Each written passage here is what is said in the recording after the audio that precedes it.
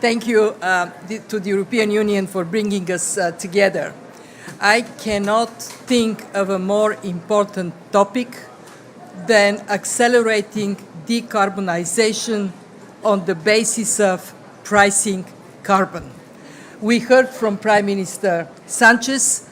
The IMF research shows that the path of finding money for decarbonization by borrowing is not one that countries can follow, whereas the path of pricing carbon is pragmatic, it is leading to more revenues, creates incentives for changing behavior, and it is equitable.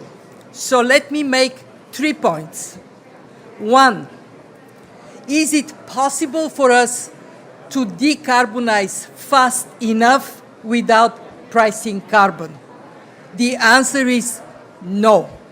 We have studied that, and it is conclusively that pricing carbon is necessary for speed of transformation. Second, at what level should carbon be priced? Let's look at where we are today. As we heard from Ursula, we have just close to 25% of emissions covered.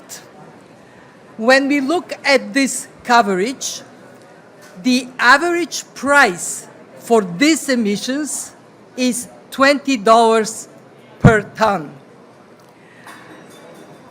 Where should we be by 2030 if we want to keep 1.5 degree alive? We should be somewhere around $80 per ton. Well, since we know that we have 75% of emissions still to cover, what is actually our average price today? Who can quickly bring some math in action? $5 a ton.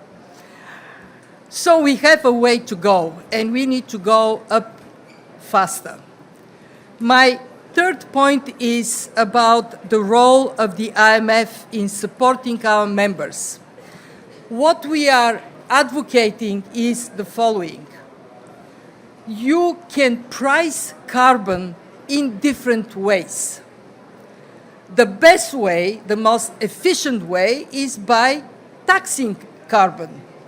Taxes are easy to execute, and countries that have chosen to tax carbon have shown that they continue to grow while their emissions go down.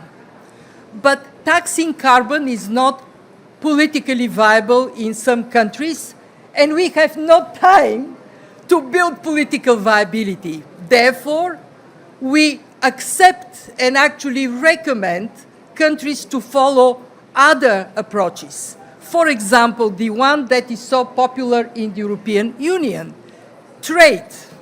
When we allow trade to bring emissions down, we see how impactful it is. It also raises revenues.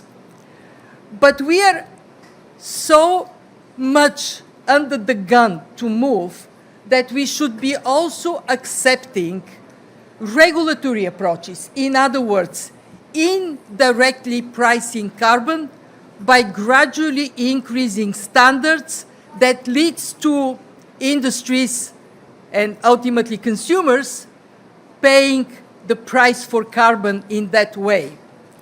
As an institution, we have been advocating very strongly for building the biggest possible tent for all pricing approaches, and then working with our partners, the World Bank, OECD, the World Trade Organization, to create two types of equivalency. First, equivalence of tax, trade, and regulatory compliance. Second, equivalency of carbon price vis-à-vis level of economic development.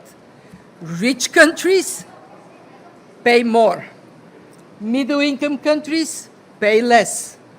Low-income countries, some are willing to see a price of carbon, but maybe some that are fragile states, we have to say, we accept that you are not part of that equation today. So if we go the way of equivalency of carbon price, and then we work hard to build the different approaches in a way of compatibility, we are taking out the argument, oh, politically very difficult, maybe in 5 years' time somebody would do it. Then we say we all need to move on carbon price today. Ngozi, I want to praise her for putting pressure on institutions. We came finally together with a task force to do exactly that, work on equivalency and make sure that carbon price is something that is not talked about, but it exists everywhere. Thank you to Zambia for talking of one particular aspect of the carbon market, voluntary carbon market. And Ajay is going to tell you how the World Bank is going to make what you advocate for come true. Thank you.